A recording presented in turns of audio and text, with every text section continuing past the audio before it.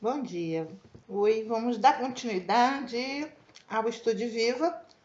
Hoje no capítulo 16. Esse vídeo ele faz referência ao outro vídeo que nós já fizemos, que é o Evangelho, capítulo 15, item 10. Fora da caridade não há salvação. Deixa eu ajeitar aqui que eu não sei por que tá escuro. Ela estava clara, de repente a tela escureceu. Algum problema aqui, não sei. Bom, então vamos começar, né? O primeiro texto, como sempre, do Emmanuel, né? Psicografia de Chico Xavier. O segundo texto será André Luiz, psicografia de Valdo Vieira. Então, o primeiro texto é Não retardes o bem. A dádiva tem força de lei em todos os domínios da criação. Então, vamos falar, não se esqueça, estou falando de caridade, né? A flor dá naturalmente do seu perfume, e o animal, em sistema de compulsória, oferece cooperação ao homem através do suor em que se consome. A criatura generosa dá concurso fraterno pelos recursos da caridade, sem esperar petição alguma. E o usurário desencarnado cede, constrangido pelos mecanismos da herança, todas as suas posses, tudo que acumulou. Isso ocorre porque, no fundo, todos os bens da vida pertencem a Deus, que nos empresta visando ao nosso próprio enriquecimento. Então, faz parte da ilusão de quem está na matéria achar que possui alguma coisa. Nós não possuímos nada que a gente não possa carregar conosco depois do desencarne.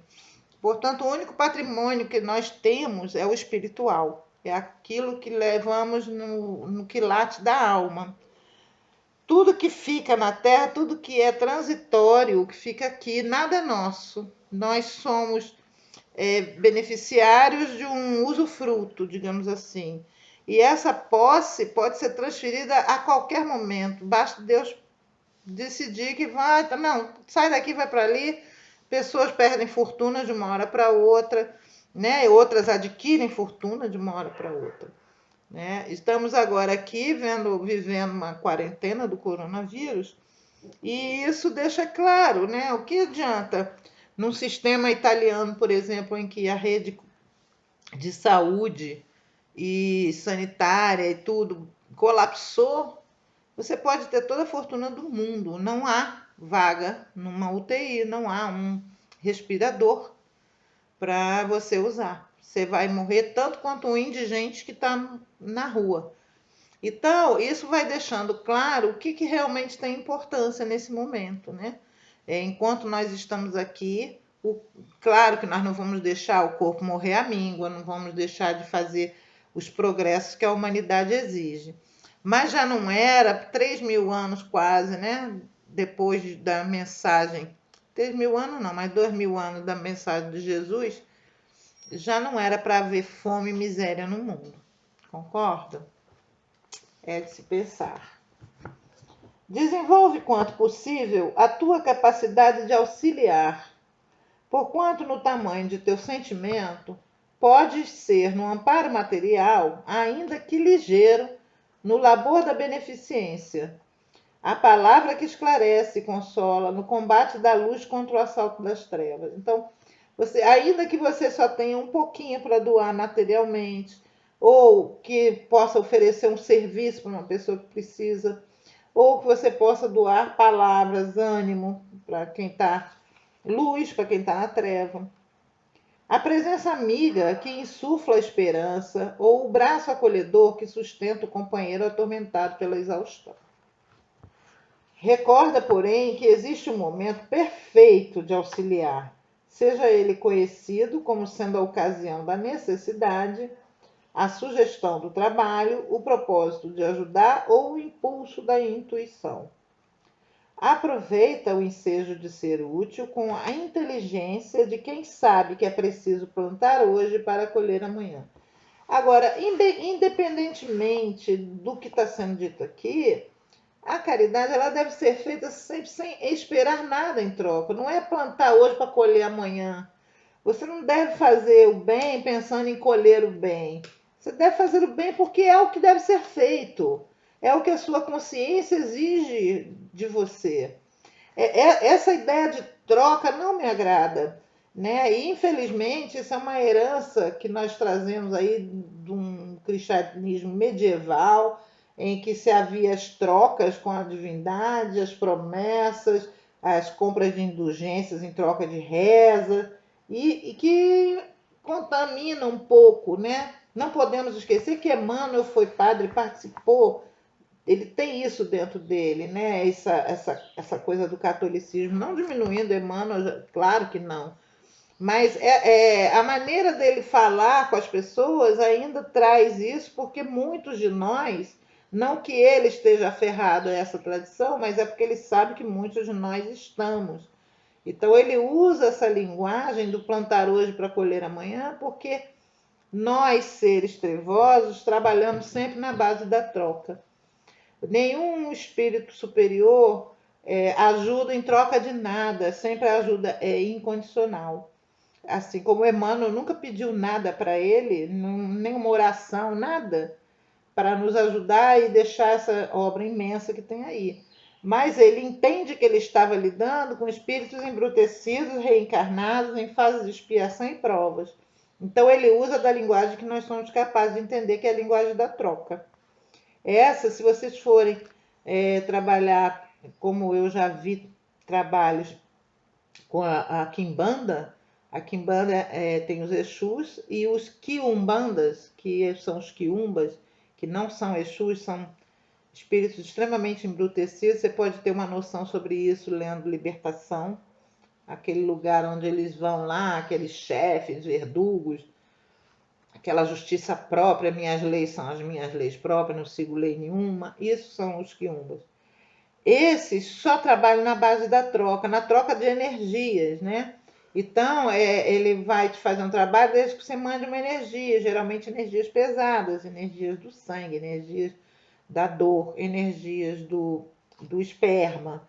Então, são energias brutas, condensadas, né, que eles precisam para se alimentar, esses espíritos densos.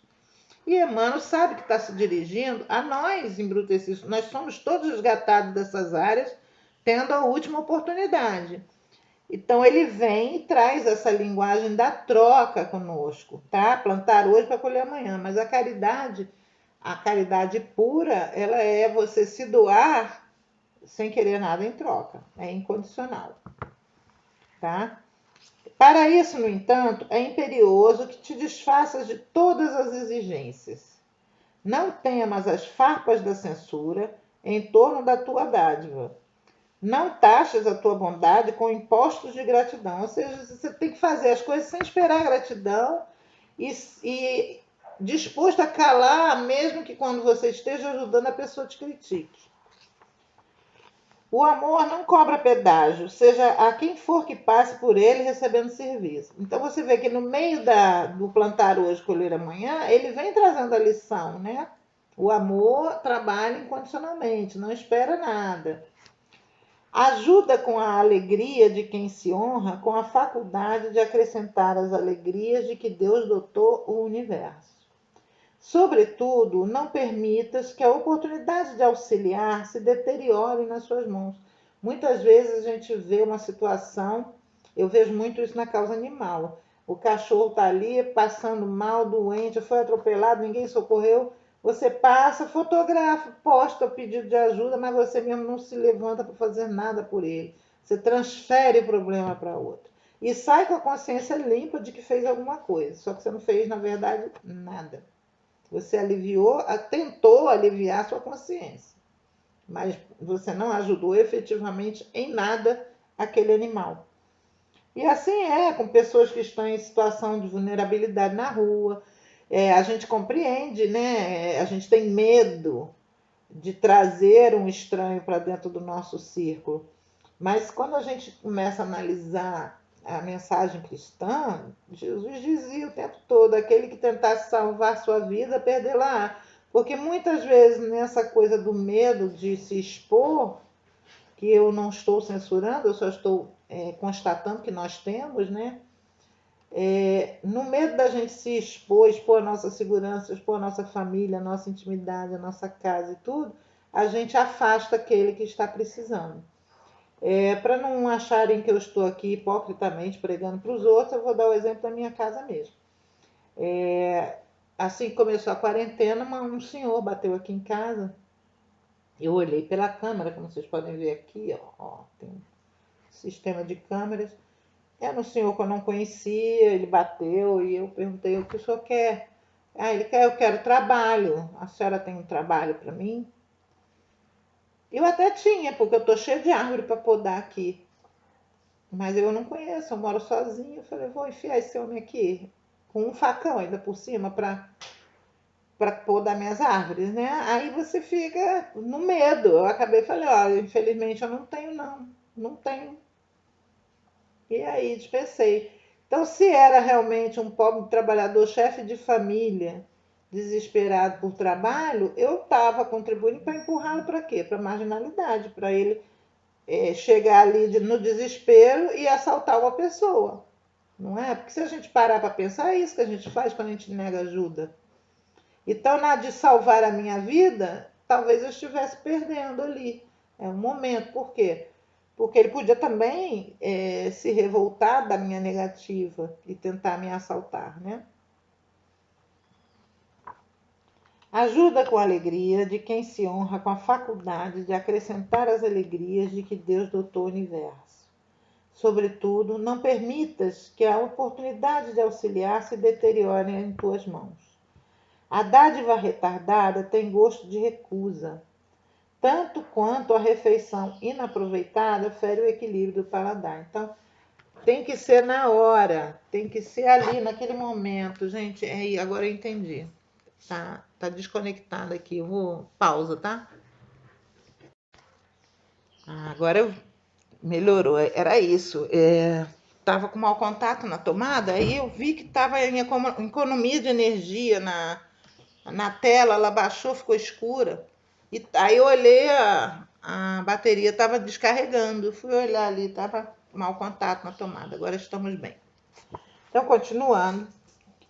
A dádiva retardada tem gosto de recusa. Então, fica parecendo que você está tripudiando sobre a pessoa que está necessitada quando você fica fazendo muita questão antes de ajudar, entendeu? Fazendo 1000 perguntas ou fazendo docinho, digamos assim, né? Se vendendo caro.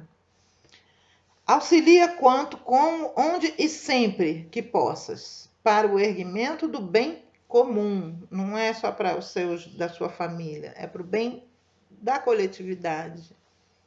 Não esperes que a desencarnação obrigue outros a distribuir aquilo que você pode dar hoje. Ou seja, você acumula seu patrimônio, aí não espere que, ao desencarnar, os seus herdeiros é que vão distribuir aquilo que você acumulou.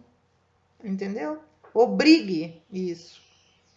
No amparo aos semelhantes, para a construção da tua própria felicidade. Porque aí os bens que você acumulou fazendo outros felizes acaba, de alguma maneira, surtindo alguma bênção para você. Certo? De vez que tudo aquilo que damos à vida na pessoa do próximo é justamente aquilo que a vida nos retribui. Então, ainda que não tenha sido você espontaneamente de boa vontade a distribuir a sua riqueza, alguma coisa volta para você de ajuda, né? Quando essa riqueza é distribuída. Então, ele chama muito por esse lado, né? Da troca, do interesse próprio, muito ainda arraigado em nós, e a gente vê isso claramente hoje, né? Em que nós estamos sendo chamados a ficar em casa, em isolamento, em prol da humanidade, da coletividade, dos nossos parentes idosos, dos nossos doentes, para que não espalhemos o coronavírus. E ainda assim tem muita gente pensando no seu próprio lucro. Tudo bem, eu sou autônomo, eu preciso trabalhar para viver, mas para viver, né? para ficar doente, morrer ou contaminar os outros, você não precisa. Essa mentalidade, ela vem de uma ilusão de que a prioridade é a matéria, enquanto a prioridade não é a matéria. A matéria vai ficar. O que é essencial é a dedicação que você tem à coletividade, o trabalho que você possa fazer por todos, não só por si próprio. É o altruísmo, é o amor ao próximo, né? Então, cuidar de si, da sua saúde, para que você possa proteger os seus, né? E se proteger para fazer feliz os seus também. Mas principalmente para não sair contaminando milhares de pessoas, né? Nós temos aí o episódio de um casamento em que um cidadão convidado chegou de fora, estava sentindo mal, mas resolveu ir ao casamento e chegou lá, contaminou 500 pessoas, né? E aí tem pessoas que não desenvolveram a doença, mas transmitiram para idosos. Mais uma vez eu bati o pé aqui, dá licença. Então, às vezes, esse cidadão, se tivesse parado para pensar um pouco menos no seu próprio prazer, né, no seu próprio ego, nos seus próprios interesses, pensado um pouco mais na coletividade, ele não teria contaminado tanta gente, né? Então, está aí nos jornais, eu não estou inventando nada não. Quem procurar vai ver que houve isso, um casamento que aconteceu na Bahia, e só um cidadão que chegou de viagem, transmitiu o vírus para diversas pessoas, inclusive da família da noiva, do noivo. Teve muita gente. E teve pessoas novas, jovens, que levaram o vírus, não desenvolveram a doença, mas levaram para suas casas e contaminaram sua mãe, seu pai, seu avô, né? E vários idosos caíram doentes por conta deste cidadão, que ele não precisava ter pensado na coletividade, bastava ele ter, né, pensado naqueles amigos dele que ele ia encontrar ali. Não precisava pensar na humanidade, né? Mas não, pensou em si próprio e tá aí o resultado. Ele não deve trazer o menor peso na consciência. Se alguém falar alguma coisa com ele, ele vai rebater com certeza, porque o corpo depura tudo, né? Então, quando ele desencarnar, que aí sim a consciência vai estar livre, é que ele vai ter que ter um tete a tete ali, né? Qual o valor que você usou? Não estou querendo julgar a pessoa, mas você se confronta com essa realidade. O valor que eu usei ali foi meu próprio prazer, minha personalidade terrena, meu ego. Eu não fui nesse momento um espírito, não pensei universalmente, né? Bom, André Luiz, modos de usar. Então, André Luiz vai nos ensinar o uso caridoso das coisas.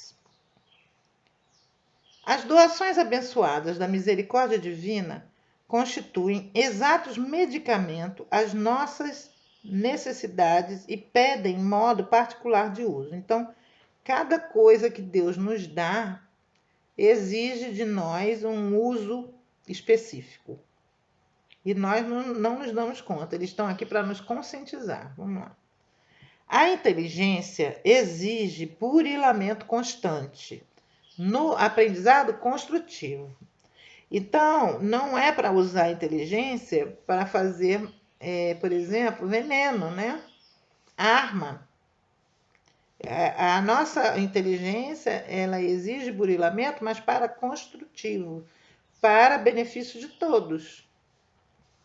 A saúde sem atividade no bem cede lugar à moléstia. Então, pessoas que ficam saudáveis, mas só, né, atendendo às suas próprias necessidades, ocultam uma moléstia, não necessariamente do corpo, mas da alma, né, que é um egoísmo doentio. A posse financeira não proporciona verdadeira alegria quando vive à distância do socorro fraterno. Então, a mesma coisa, as alegrias que os bens, né, materiais trazem são todas fugazes, são todas ilusórias, porque você falecendo fica tudo aí, né? E A alegria que você teve ali, você já teve e acabou, aquele, é fugaz. No momento em que você usa os seus bens para ajudar pessoas, aquela ajuda ela se incorpora no seu patrimônio espiritual. Então essa é a verdadeira alegria. É a alegria que ninguém tira de você. A autoridade humana não constrói segurança para ninguém, quando adota o regime da intemperança para si própria. Então, isso aqui eu sou intemperada, eu calo a boca, não vou comentar, porque isso é para reflexão própria. O prestígio social reduz-se à simples aparência. Se brilha sem base no esforço honesto. Imagina, o pessoal que enriquece à custa de, né, ações duvidosas. Então, é apenas uma aparência. Ele está sempre chamando aqui a nossa atenção para o que é verdadeiro, o que é aparente, o que é real, o que é ilusório.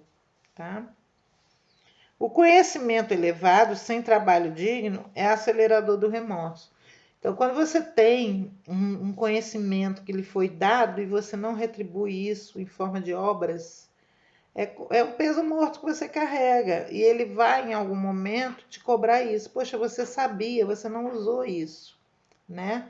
Você foi informado de que isso poderia acontecer. Por que você não, né, não preveniu seus companheiros de jornada? O ninho familiar, sem o clima da concórdia, é via de acesso para o desequilíbrio geral. Dentro da família é que deve ser exercitada a paciência, a tolerância, a concórdia, tudo isso. Se dentro da sua família você não consegue manter isso, você não será um elemento pacífico na sociedade. Por mais que você tente se controlar, não será. Entendeu? Então, nós estamos vendo isso aí no confinamento, né? Parentes que só convivem esporadicamente, porque trabalham, passam o tempo todo fora, agora são obrigados a ficar 24 horas por dia juntos e os problemas começam a aparecer e a borbulhar, né? Problemas que até então estavam todos debaixo do tapete.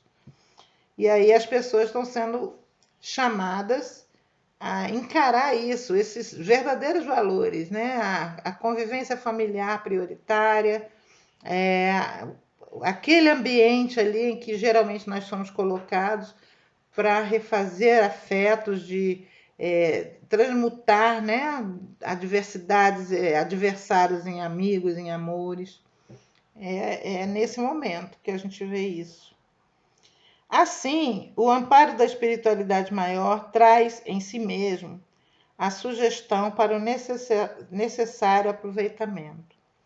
Observe, pois, a disciplina requerida na administração dos medicamentos espirituais que o céu lhe envia, sabendo que os horários, doses e formas de emprego reclamam exatidão e persistência, boa vontade e confiança, para sanarem efetivamente os males que se expoliam da vida íntima, de modo a que nos renovemos para mais altos destinos.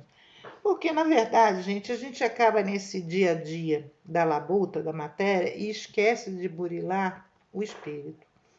Então, esse patrimônio que a criação disponibiliza para a gente, que eu vou voltar aqui, a gente não presta atenção nele, a gente não medita sobre a utilização correta dele e acaba desperdiçando a existência inteira, preocupado em alimentar o estômago, né? Então, voltando aqui, quais são os patrimônios que nós devemos prestar atenção como nós estamos utilizando e tentar otimizá-lo para burilamento próprio e da coletividade, obviamente.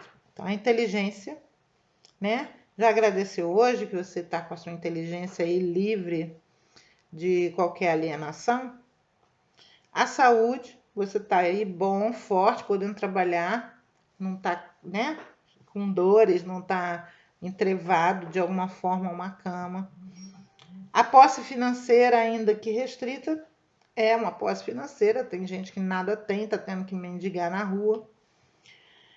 A autoridade humana, ela pode ser não só os que detêm o poder mesmo humano, mas até um pai que chefia uma família ou a mãe de família tem uma autoridade que você deve meditar antes de exercer para que não se torne uma tirania, né?